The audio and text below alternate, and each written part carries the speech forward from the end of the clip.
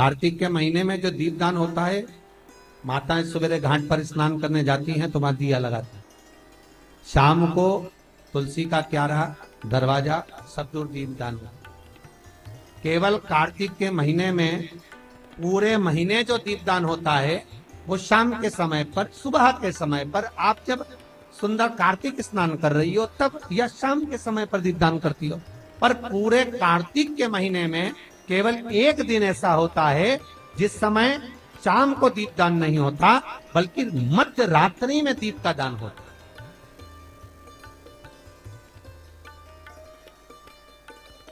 पूरे कार्तिक में एक ही दिन होता है।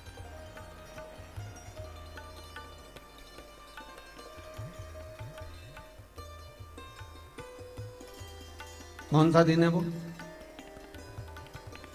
पूरे कार्तिक के महीने में केवल एक दिन ऐसा होता है जिस दिन मध्य रात्रि में दीपदान होता है, ना सुबह ना शाम।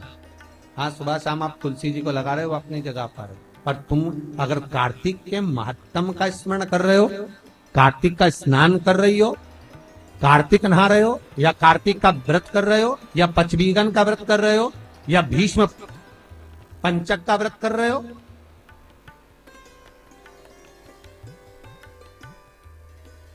या कार्तिक स्मरण का व्रत कर रहे हो, कार्तिक का अनुष्ठान कर रहे हो, तो उसमें एक दिन ऐसा होता है जिस समय सुबह शाम दीपदान का फल नहीं है, रात्रि के मध्य में दीपदान का फल है, और वो है वैकुंठ चतुर्दशी का।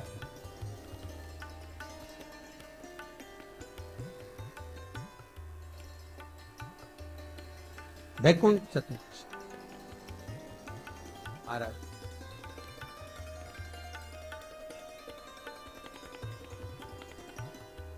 29 तारीख को वैकुंठ चतुर्दशी का स्मरण रहे, रविवार का।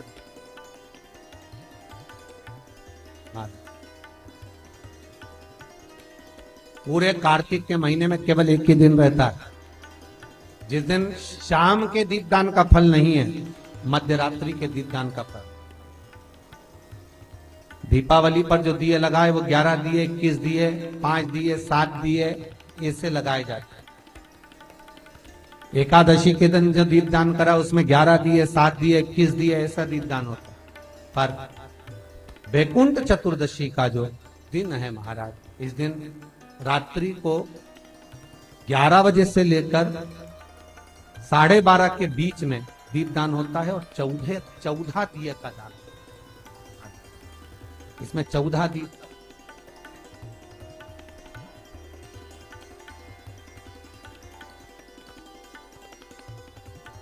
चौदह दीपों का दान है। निवेदन है आप सबसे कि प्रयास करना कि घर के बाहर आप एक दीप, जहां पर आपका जलाशय है, पानी का स्थान है, वहां रख दें, और एक दीप तुलसी के क्यारे के पास रखें। बाकी के दीप आप घर के बाहर लगा। 14 दीप, और वो भी मध्य रात्रि, क्योंकि उस दिन हरि और हर का मिलन हुआ था। तो इतनी रात को दीपदान का क्या प्रमाण है महाराज जी, क्या वर्णन है? तो शिव महापुराण में लिखा है, स्कंद पुराण में लिखा है, विष्णु पुराण में लिखा है, पद्म पुराण में स्पष्ट किया गया है कि वैकुंठ चतुर्दशी के दिन भगवान नारायण भगवान शंकर से मिलने के लिए काशी गए।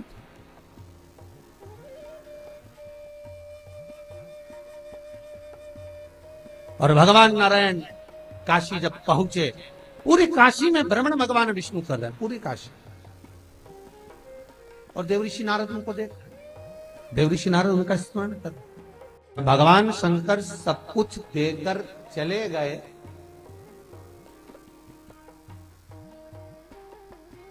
एकादशी को दिया, 2-3 दिन ही भगवान विष्णु ने सब कुछ निभाया, और भगवान वैकुंठ चतुर्दशी वाले दिन वैकुंठ छोड़कर भगवान आ गए काशी।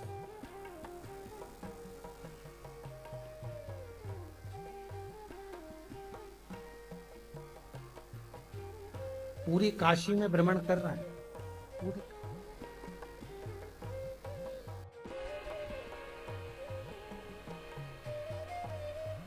जिस भूमि पर जाने के लिए भगवान बैकुंठ छोड़ देते हैं, सोचो जो एकादशी के दिन बैकुंठ में जाकर बैठे, नेत्र कब खुले भगवान के? अभी जो एकादशी गई 25 तारीख को भगवान नेत्र खोले और भगवान आंवले के पेड़ से सीधे बैकुंठ को निवास कर गए, सीधे बैकुंठ को।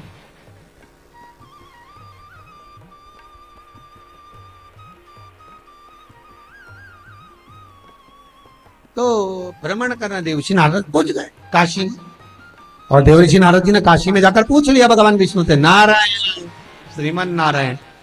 भगवान विष्णु मन में सोचे ये आ गया, अब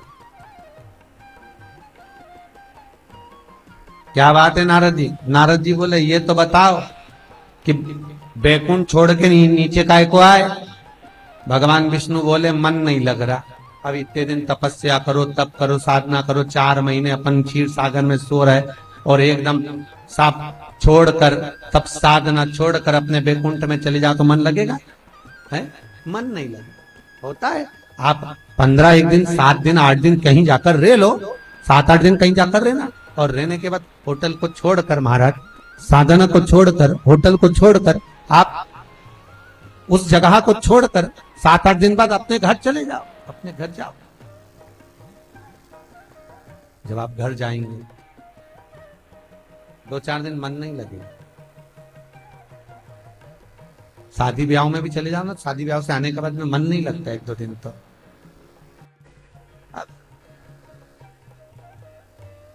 जी पूछे भगवान विष्णु से, नारायण प्रभु आप काशी कैसे पधारे? तो भगवान विष्णु बोले काशी आने का कारण केवल इतना है कि बैकुंठ में मन नहीं लग रहा, तो सोचा मेरे भोलेनाथ जी से मिल आऊं। देवऋषि नारद बोले मिलने भी ऐसे से आए जो कभी गिने चुने दिन तो आंख खोले। शंकर भगवान नेत्र खोलते ही नहीं है, वो तो नेत्र बंद करके बैठे थे। आप मिलने भी आए तो उनसे मिलने आए जो कभी नेत्र ही नहीं खोलते। मां जगतजननी जगदम्बा कह कहकर परेशान हो जाती, तब भी तो नेत्र ना खोलते, और आप उनसे मिलने के लिए आए, वो भी काशी में। वो भगवान विष्णु बोले देखो देवऋषि नारद, निंदा मुझे पसंद नहीं है और निंदा में सुनना चाहता, निंदा नहीं सुनना मुझे। चलो, क्योंकि निंदा करने वाला और निंदा सुनने वाला दोनों में महापापी होता है। सुनने वाले, करने वाले को निंदा जो करता है उसको तो पाप कम लगता है, पर जो सुनता है उसको नरक ज्यादा भोगना पड़ता है। 94 तरह के नरक में से, 94 तरह के नरक में से 24 नरक तो निंदा के ही है हमारे।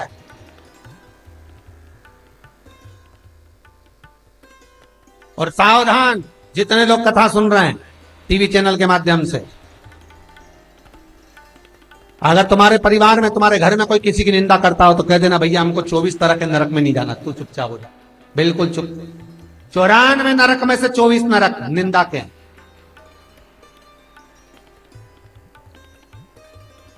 केवल निंदा सुनना, और निंदा करने वाला तो केवल 4 नरक में गिरता है।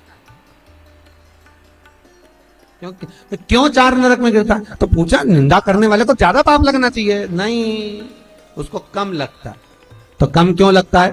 तो अग्नि पुराण में लिखा कि निंदा करने वाला को 4 नरक का भोग इसलिए भुगताया जाता है क्योंकि जिसकी वो निंदा करता है उसके सारे पाप धोता है। मतलब आप किसी की निंदा कर रहे हो तो उसके पाप धुल रहे हैं। किसके? जिसकी निंदा हो रही। वो निंदा करने वाले को तो भगवान ने इसलिए पैदा करा क्योंकि तू पाप धोएगा, तो इसलिए उसको 4 नरक। और जो सुन रहा है, अरे बोलो तो जम के, उसको 24 नरक। पूरा 100% पाप कर्म तुम्हारे हो, उसको तो कम ही लगा जिसने करी, और जो सुन रहा है उसको ज्यादा लगा। अब भगवान विष्णु ने कहा देखो नारद जी, हमको सुनना नहीं है निंदा, चलो तुम जाओ यहां से। देवर्षि नारद बोले चले तो जाऊंगा, पर ये तो बताओ कि मिलना किससे। भगवान बोले अभी तो बोला मैंने कि मेरे को भगवान शिव से मिलना है। ओ तो शंकर भगवान को मिलना है। हाँ,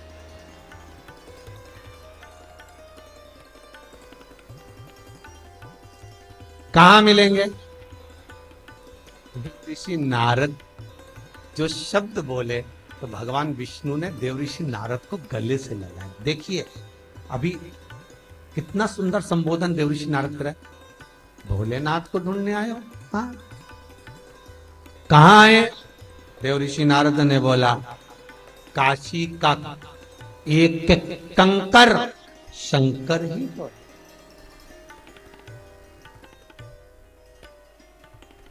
काशी का एक एक कंकर शंकर ही तो है। ओ पहुंच गए भगवान विष्णु मणिकर्णिका घाट। आज भी मणिकर्णिका के घाट पर भगवान नारायण का मंदिर है। भगवान विष्णु मणिकर्णिका घाट पहुंच गए और मणिकर्णिका पर जाकर भगवान विष्णु ने एक कंकर उठाया, उसको घाट पर रखा और भगवान विष्णु उसकी आराधना में लीन हो। वैकुंठ चतुर्दशी का दिन भगवान विष्णु इतनी आराधना में लीन हुए, इतने लीन हो गए कि कब दिन निकल गया, कब शाम हो गई, बस केवल कंकर को देखते रहे और गंगा का जल छोड़ते रहे। सुबह कब गई, शाम कब गई मालूम नहीं पड़ा। मध्य रात्रि आ गई, तब भगवान विष्णु को लगा पूजन तो कर रहा हूं, स्मरण कर रहा हूं, पर दीप नहीं लगाए। तब भगवान नारायण ने लक्ष्मी से कहा तुम दीप ले।